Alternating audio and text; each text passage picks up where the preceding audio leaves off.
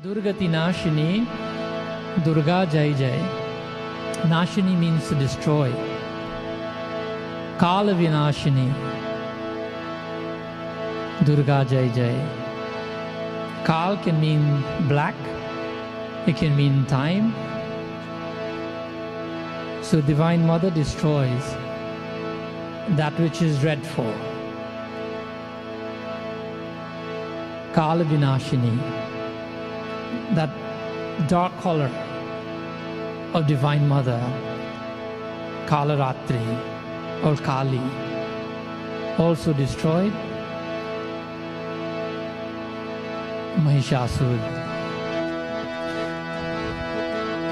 Durgati Nashini Durga Jai Jai, Kala Vinashini Durga Jai Jai.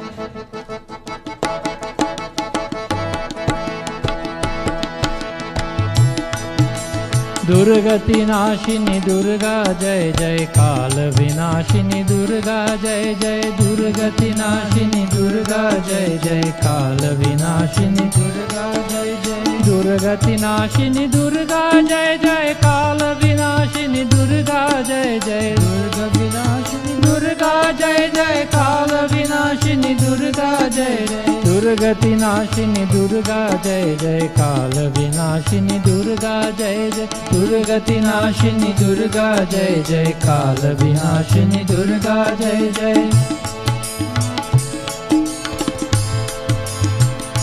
Swarochishtentare purvam purvachaitravasam bhava surato nam raja bhuta samaste kshiti mandale.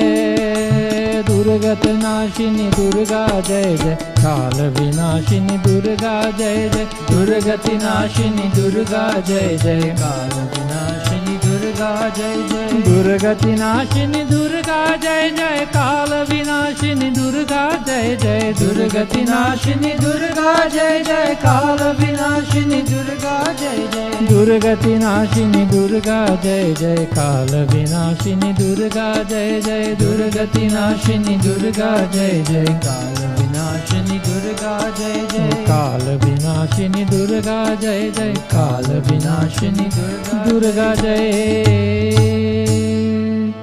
Adi Shakti Durga Mata Ki Jai. So like we said earlier, this is from Markandeya Puran. Extracted from Markandeya Puran is this scripture that we call it Durga Saptashati. This just means 700 verses of Durga. There are many names depending on if you're from North India, you're from South India, you're from Bengal, you have different names. Chandi Pat. Pat means reading essentially, chanting, like when we do Ramayana Pat, we chant the whole Ramayana, or Durga Pat. It's also called a Devi Mahatam, meaning it contains the greatness of Divine Mother. So from about chapter 74 to 86, about 13 chapters of Markandeya Puran, here you can find the Durga Pat. A Durga Pat that we read when, you know how you have Durga Puja, the Pandit comes and he reads a little bit from Durga Pat. So here this verse is saying, this is chapter 1. This verse is saying that there was a king by the name of Surat. This talks about a different aspect of the Divine Mother. We discussed earlier how the Divine Mother appeared in this form that we know, with 8 arms, etc. But the Divine Mother she works in us as human beings in so many different ways. And over the next few sessions, we will discuss a few of those ways the Divine Mother works within us. So there was a king by the name of Surat, and Surat means, some of you might know Rat means a chariot. So this essentially means a good chariot. Su, when Su is added in front as a prefix to any word, it glorifies that word, right? Like Suputra, a dear son, a loving son. So Surat means a good chariot, literally. So what a good chariot means, a conveyor of good thoughts. A good person, a conveyor, a person who carries and has good thoughts. So this king, Surat, ruled over his, the whole world at that time. And he did a fantastic job. He protected his subjects, like his own children, according to Saptashati. At one point in time, he ended up in a battle with another kingdom, but he was defeated. And so when he was defeated, he returned to his own city, to his own kingdom, and he started ruling this kingdom. When weaknesses was spotted, was seen in this king because he was defeated, even his own ministers, they started getting ideas. And so he was now attacked by his own people.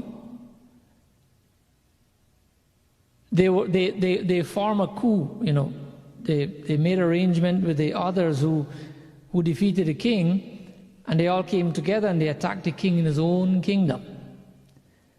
They attacked him. He was defeated. He became bereft of strength. He was robbed of everything he had as a king, all his treasury. He was robbed of his army, of course. Because they became evil disposed, having ideas of how to do the wrong thing to get some material benefits.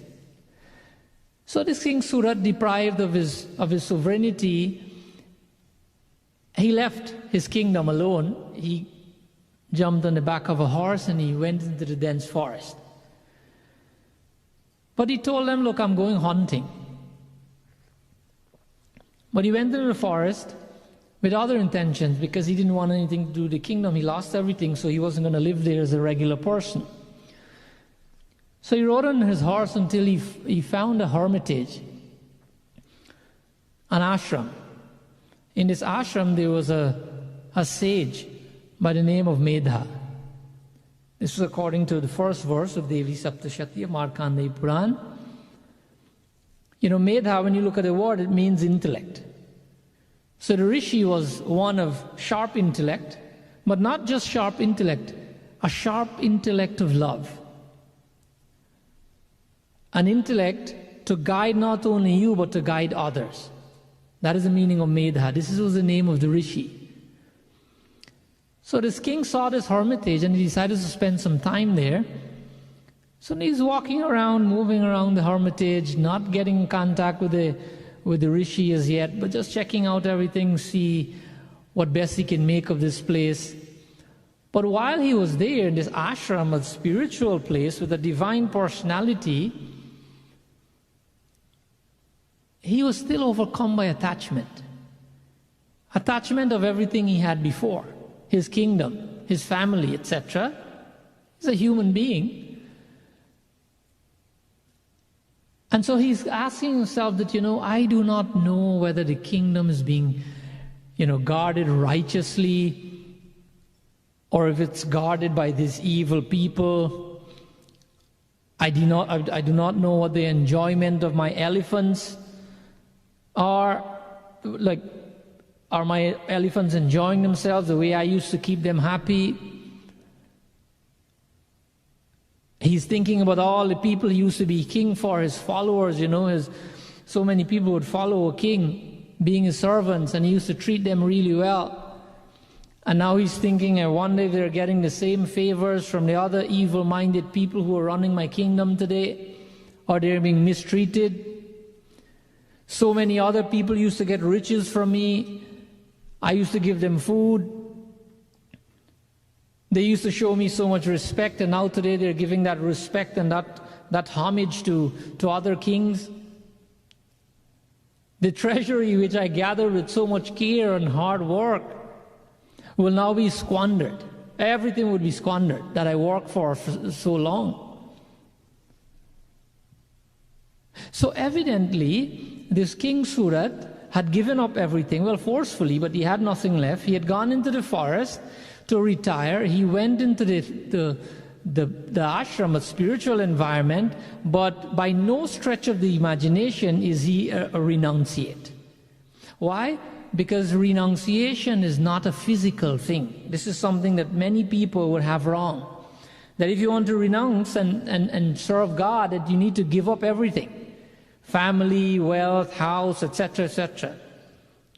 According to Sanatana Dharma, real renunciation happens from within. And you can have everything in the world, and yet you can be a renunciate. There are enough examples in Sanatana Dharma like that. Raja Dashrath, Janak, many examples. They had inexhaustible wealth, yet they were completely detached and renounced from everything, and they attained God. But giving up everything and going to the forest doesn't necessarily mean that you've renounced everything. That is not renunciation. That's not detachment. If the mind is attached, you might as well live in the world. So Surat here clearly was thinking about all these things, so he wasn't renouncing anything. He was being impractical. Being impractical meaning that, some of us, we go to great lengths in doing tapasya, right? Some of us might do different vrats and fasting.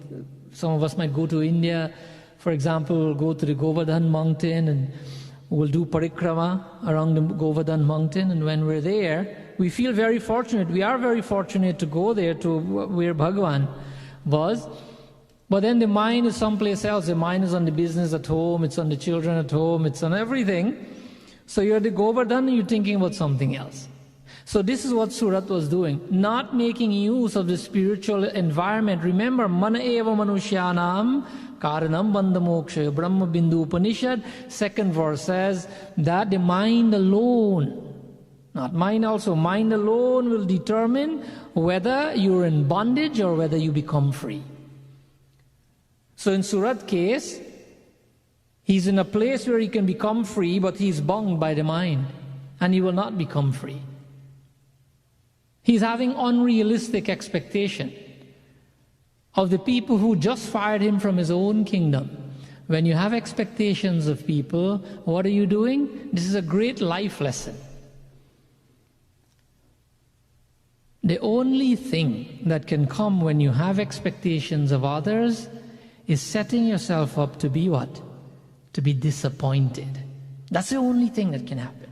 Sometimes things would go your way. Oh, this is a good person, that's a good person, he has done this to me, he has done... At some point in time, we as human beings, internally and spiritually and naturally, we're designed to look out for ourselves. Yes, we're danis, we'll help this person and that person, family, etc. But at some point in time, we'd have to look out for ourselves. We're designed like that. We wouldn't be wrong. So these same people that threw him out of his ashram, he's now thinking about all that. He's having expectations of these people, and he has set himself up for disappointment. But that's another katha. Near the hermitage, he realized that there's this Brahman. His name was Medha, but as he's walking around the ashram, he saw someone. He saw a merchant, and he asked this merchant. The merchant looked very suspicious, not like an ashram vasi, someone who's living there, someone with a high level of spirituality. He saw a merchant and he asked him, who are you? What is the reason for your coming here? That you look afflicted with grief. Surat, the king, is telling the merchant, hey, you look afflicted with grief. You look very depressed in your mind. The merchant is saying. Isn't this very funny? The merchant, the king is telling the merchant that, hey, you look very depressed. In the meantime, he's the one who was most depressed. He's thinking about all the things he just lost. And so the merchant decided that he'll answer him. And so we'll look at another verse from Devi Saptashati and see what did the merchant say to him.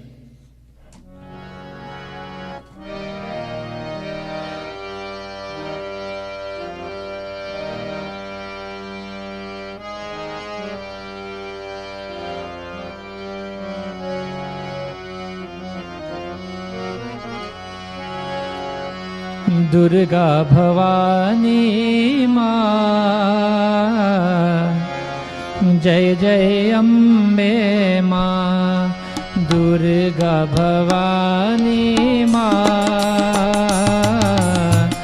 जय जय अम्बे माँ। काली कपालिनी माँ, जय जय अम्बे माँ। काली कपालिनी माँ, जय जय अम्बे माँ। दुर्गा भवानी माँ, जय जय अम्बे माँ। दुर्गा भवानी माँ, जय जय अम्बे माँ।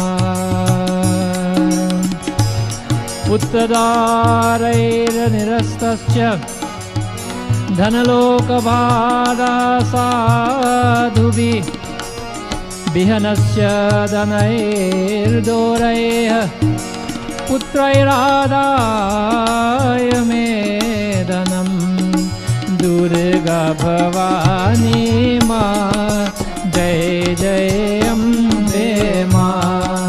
दुर्गा भवानी माँ, जय जय अम्बे माँ। परम शिवानी माँ, जय जय अम्बे माँ।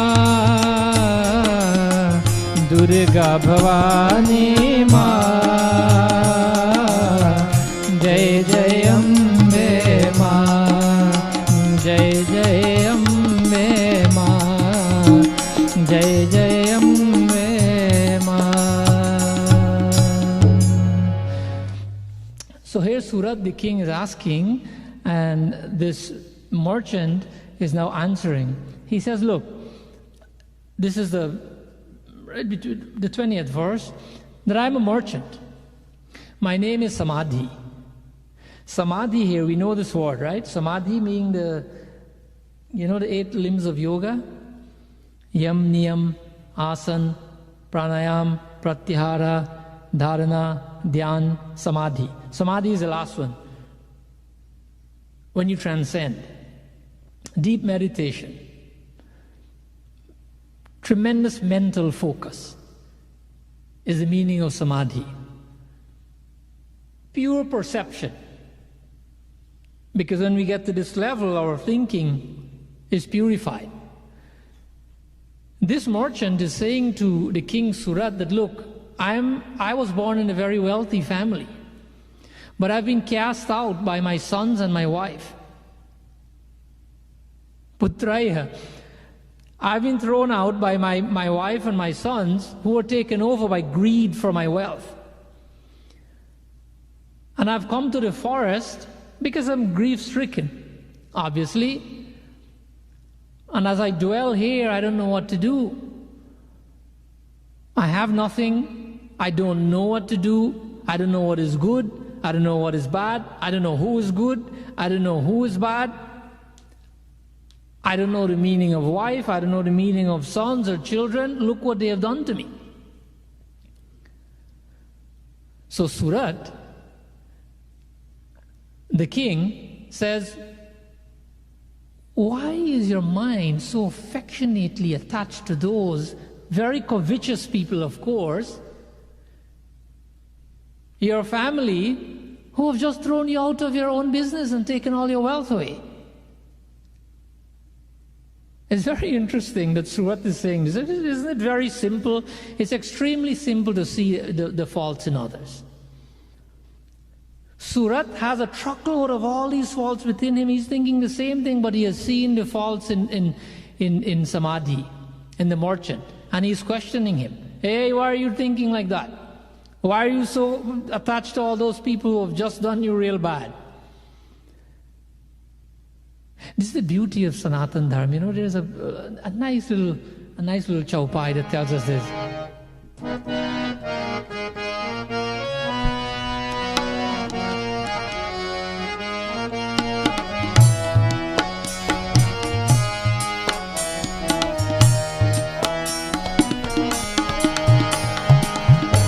अथव जथ जता लाभ संतोषा सपने हु नहीं दे कि परदोषा अथव जता लाभ संतोषा सपने हु नहीं देखिय परदोषा। राजा राम राम राम सीता राम राम राम राजा राम राम राम सीता राम राम राम राजा राम राम राम सीता राम राम राम राजा राम राम राम सीता राम राम। आथव जता लाभ संतोषा। Remember this katha? Naura Bhakti. Bhagavan Sri Ram was revealing this to Shevadi. About the 9 forms of devotion. Athav means 8. And so the 8th form of devotion is that santosha, that person who remains contented with whatever he has, but more important is sapanehu nahi dekhiye paradosha. Sapanehu here means in a dream, that not even in a dream should a human being dekhiye paradosh, the dosh, to find the faults of others. Not even a dream. If you want to attain Bhagavan's blessings, Sri Ram is saying, this is not something that we should be involved in. Look how easily Surat is finding the faults of Samadhi, the merchant, when he's no different.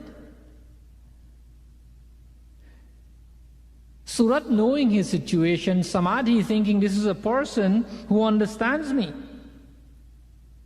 You think he understands? He's in the same exact position. And so they decided to go to Medha. So they approached the Rishi. They sat next to him, they paid their respect to the Rishi, and they said, "Dear Lord," they gave their respect to Medha, "that we wish to ask you something."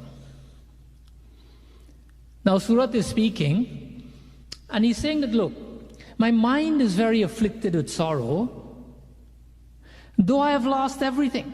I have lost my entire kingdom, but I'm so very sad, and I don't know what to do. I know I'm supposed to get this over and try to work on my spirituality, but I'm like an ignorant man. I have a very, very strong attachment to everything that I had. How is this? And my friend here, this merchant, he has been disowned by his own children and family, by all his servants. They've forsaken him.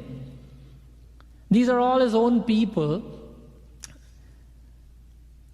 And he's completely affectionate towards them. So the question was now given to Samadhi. And so the Rishi decides that he'll help them. This is what the Rishi says to them.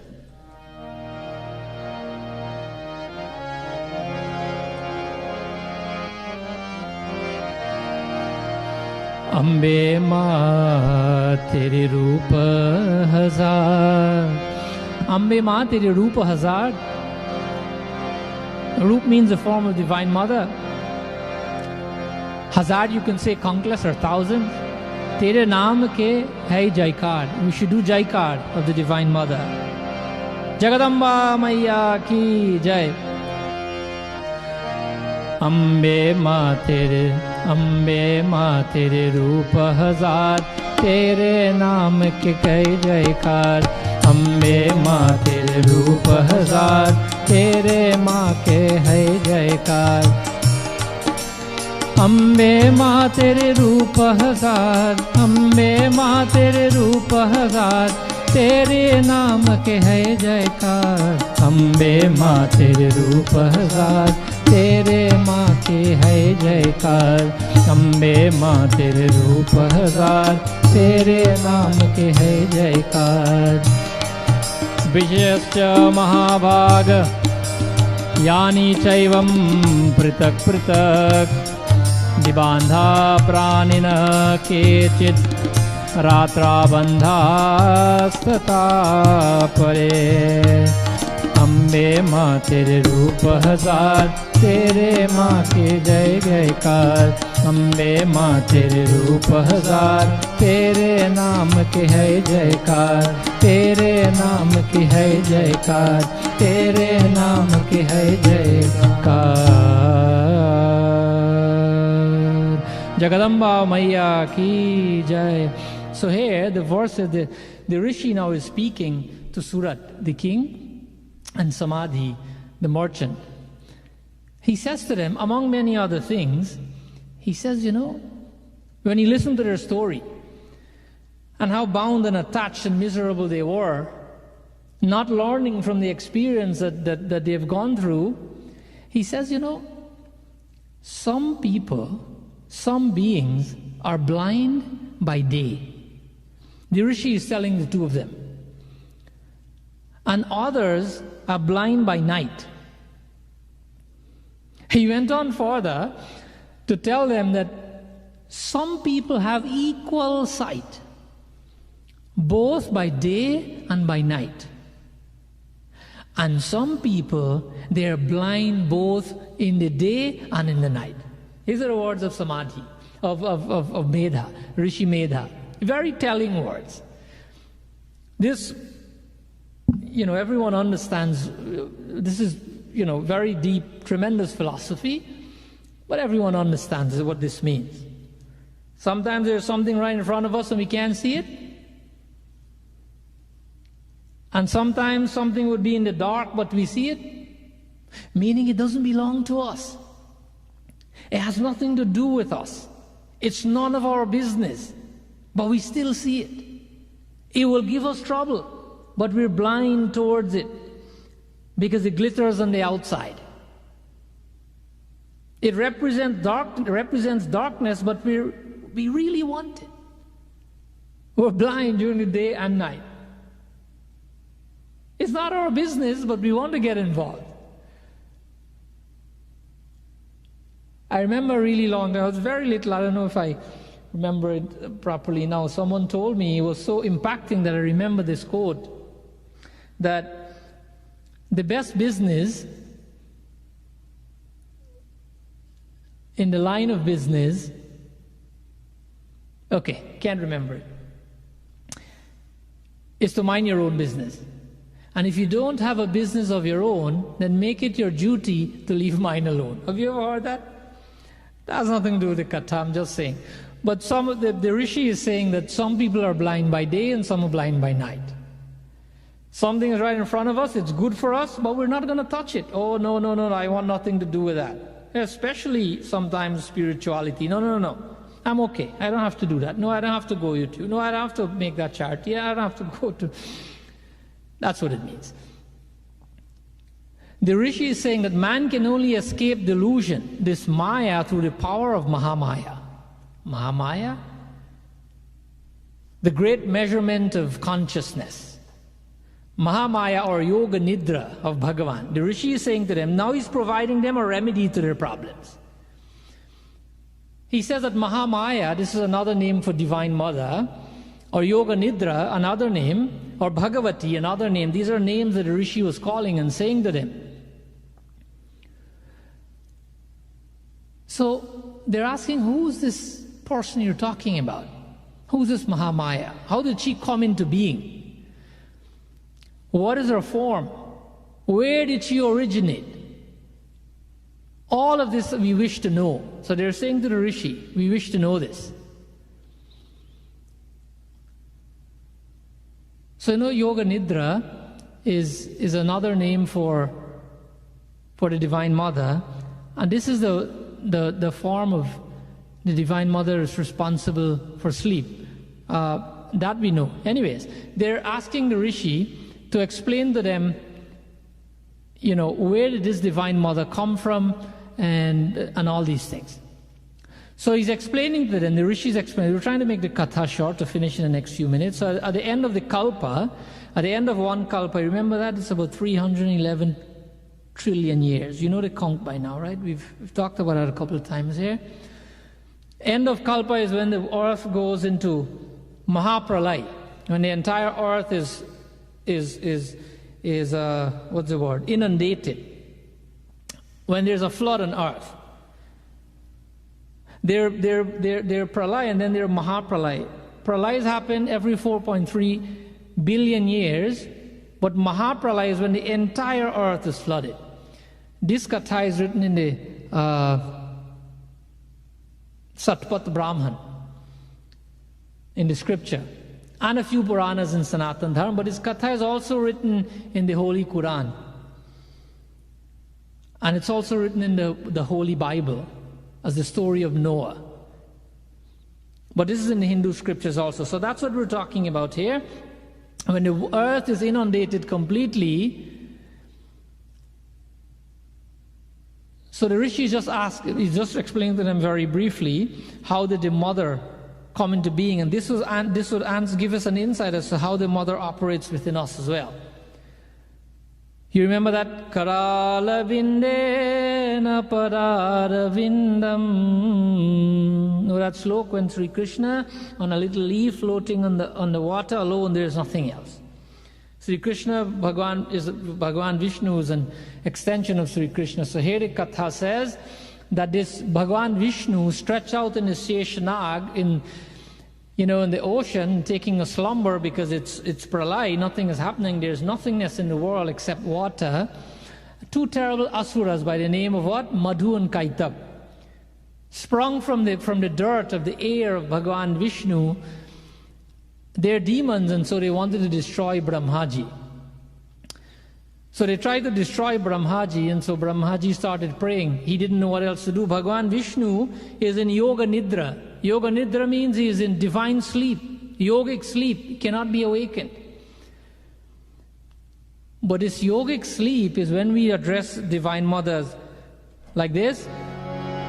Ya Devi Sarva Bhuteshu Nidra Rupena Samsita Namastasyai Namastasyai Namastasyai Namo Nama. You know, you say Nidra Rupen, Rupen means form. Nidra means sleep. So when we enjoy our sleep, this is a feature, a grace of the Divine Mother. She's Nidra Rupena Samsita. She also gives this divine yogic sleep to Bhagavan Vishnu in Pralay, and so he's in Yoga Nidra. So that is another name for Divine Mother, Yoga Nidra. So Brahmaji, who was now very scared, he wanted some help. He doesn't know how to wake Bhagavan Vishnu from Yoga Nidra, so he needed Yoga Nidra Devi herself to be extricated from the form of Mahavishnu so that he can come up and he can destroy these demons. Madhu and Kaitab. It's very interesting how they got these names, but we'll talk about that another night. Madhu and Kaitab. So Brahmaji started chanting praise of Divine Mother because he wanted her to come out of Bhagavan Vishnu so that he can be awakened. So he started doing prayers, long prayers. We wouldn't be chanting that now, but having heard the prayers from Brahmaji, the Divine Mother, she drew herself out from the eyes of Bhagavan Vishnu. Because of her power, because she is Yoga Nidra, the one who gives sleep, if she extricates herself from the eyes, then one would be awakened. And so because of the prayers of Brahmaji, Yoga Nidra, the Divine Mother, came out of the eyes and all the other parts of Janardhan, it says, of Bhagavan Vishnu, and he rose up. He fought with Madhu and Kaitab. He fought with them for a long time. They tried to trick him, they did everything. Mahamaya was there, and in order to bring the fight to an end, she tricked. She used her power to trick Madhu and Kaitab into thinking. This is why Divine Mother is the one who makes the impossible into possible. And we'd look at, there's so many things I'm saying we'd look at, I don't know what we'll look at, but we'll look at some of this later also in our next session. She used her power to go into the minds of Madhu and Kaitab into thinking that they are more powerful than Bhagwan Vishnu, and to ask of Bhagwan Vishnu, to tell Bhagwan Vishnu that, look, you can't defeat us, but we'll give you a boon. Ask for a boon. They're telling Bhagwan Vishnu, Madhu and Kaitab, ask for a boon. So Bhagwan Vishnu says, okay, so my boon is that if you're satisfied with a fight by now, then you must both be slain. And with Mahamaya, the Divine Mother, working in their mind, changing their mind, they said, okay, no problem. This is our boon to you. And so this is how Madhu and Kaitab were destroyed, because the Divine Mother manifests in different ways, in yogic sleep, and in so many other different ways, in her devotees. She's called Chitta Shakti, she's called Swarupa Shakti, she's called Durga, Mahamaya, Yoga Nidra, etc. She creates a veil between absolute reality and the world. That is why it's called Maya. You know, we're reading Bhagavad Gita, and so in just a few verses from now, I think it's the 14th verse of Bhagavad Gita, where Bhagavan says, Mama Maya Duratyaya. Most of us know Maya as an illusion. That's not correct.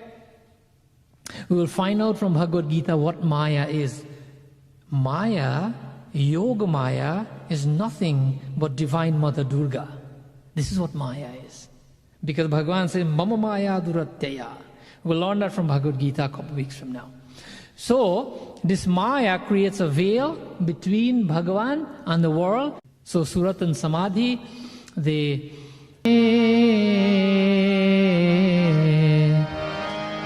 Parvatvasini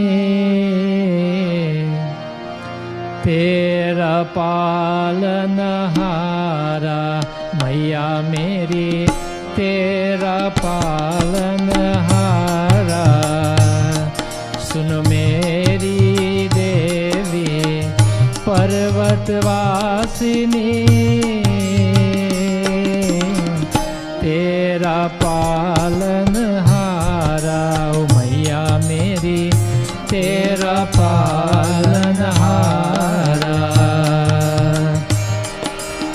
अर्हणाम चक्रतुष्टस्य पुष्पधूपाग्नितर्पणैः निराहारायताहारो तन्मनस्को समाहितो तेरा पालनहारा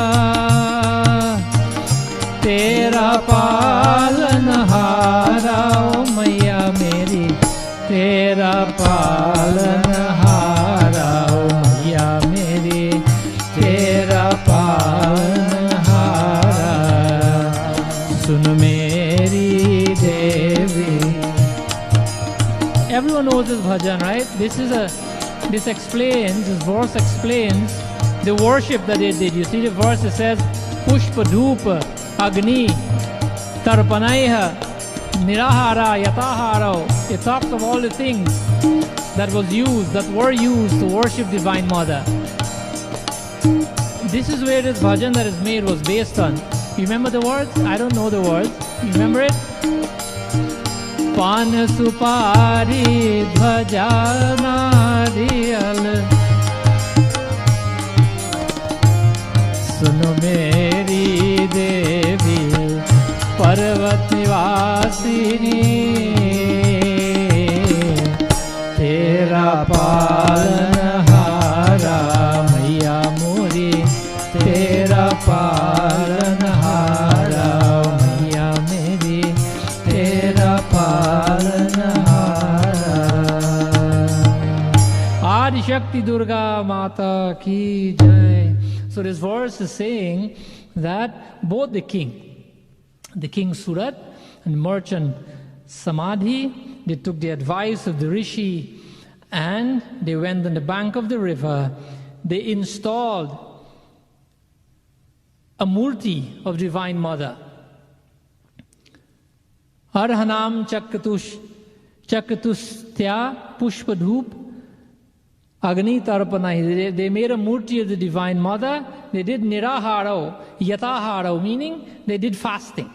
Niraharo, Yataharo means you cut down on your regular portions. You know, those of you who want to fast for Divine Mother, then fasting is a sacrifice, right?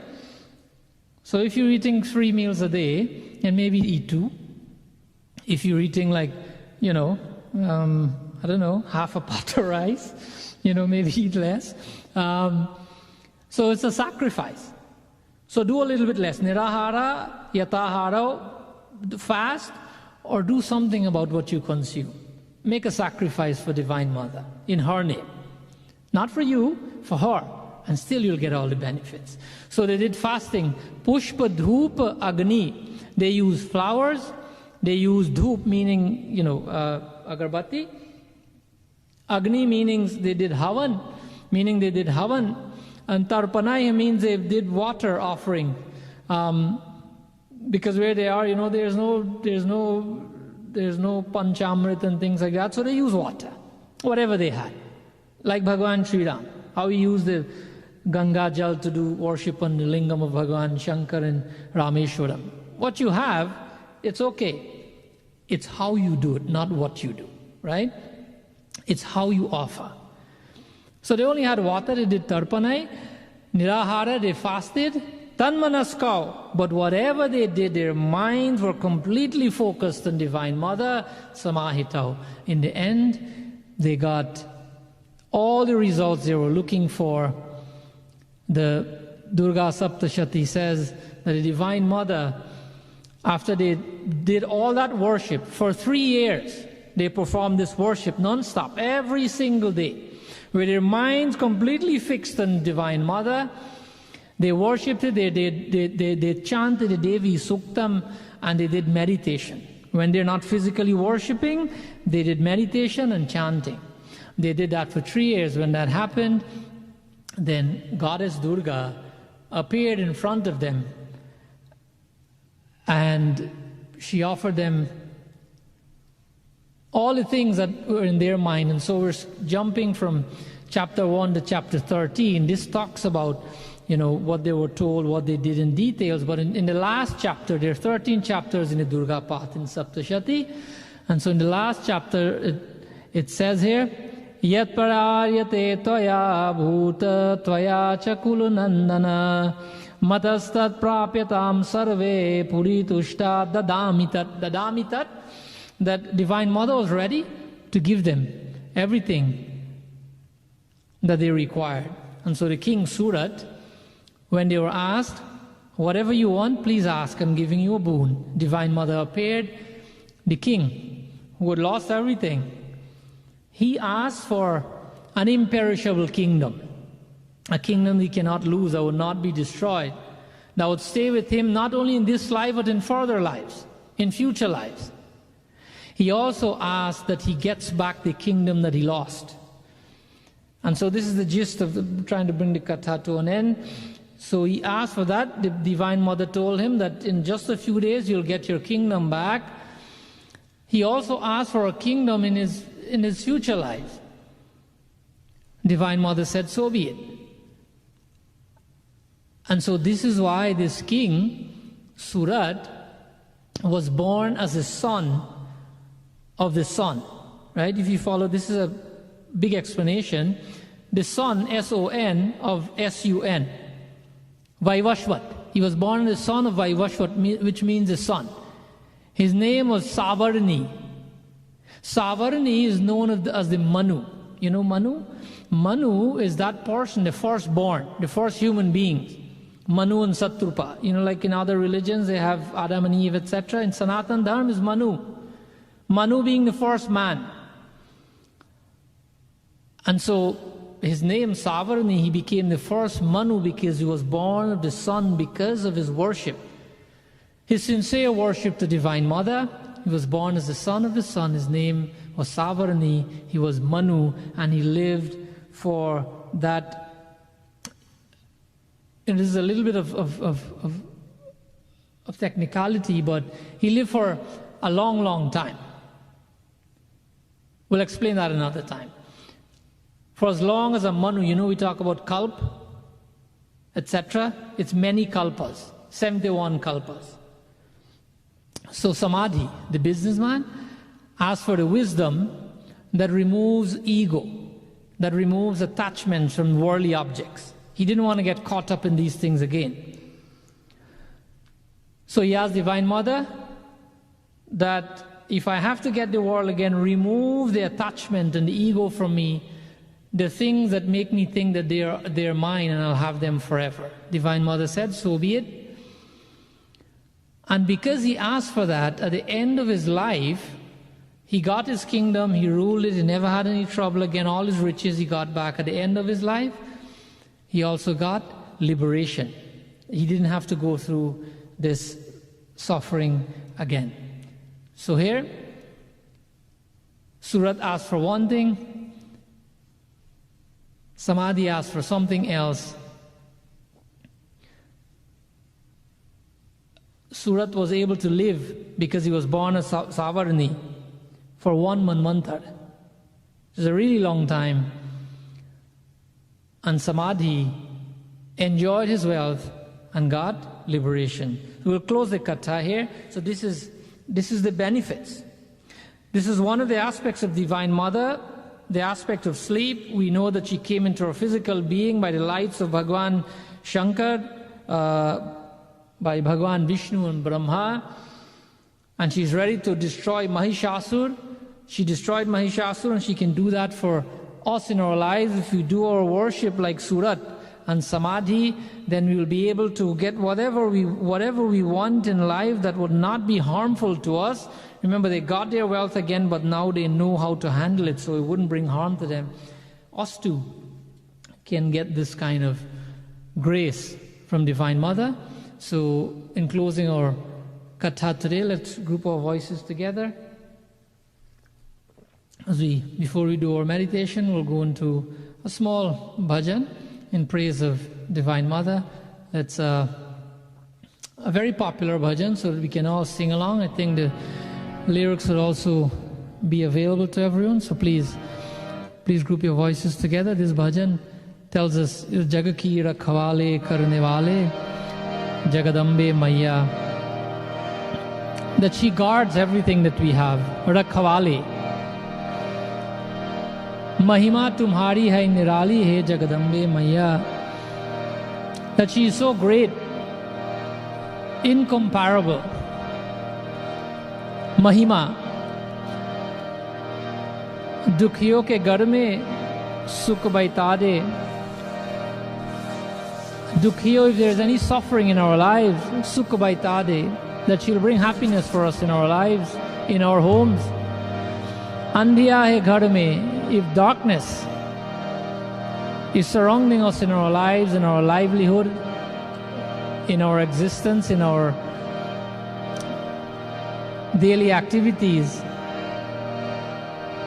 Andhiya ghar mein diya jalaye, that she light that diya, she'll spark that divinity, that illumination, that brightness within us that will take away darkness of every kind.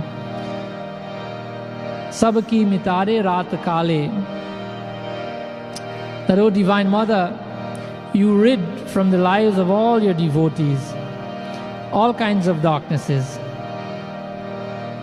and you bestow upon them light in so many different ways. Let's group our voices together. जग की रखवाले करने वाले जगदम्बे मैया, जग की रखवाले करने वाले जगदम्बे मैया, महिमा तुम्हारी है निराली हो जगदम्बे मैया, महिमा तुम्हारी है निराली हो जगदम्बे मैया, जग की रखवाले करने वाले जगदम्बे मैया, जगदम्बे मैया।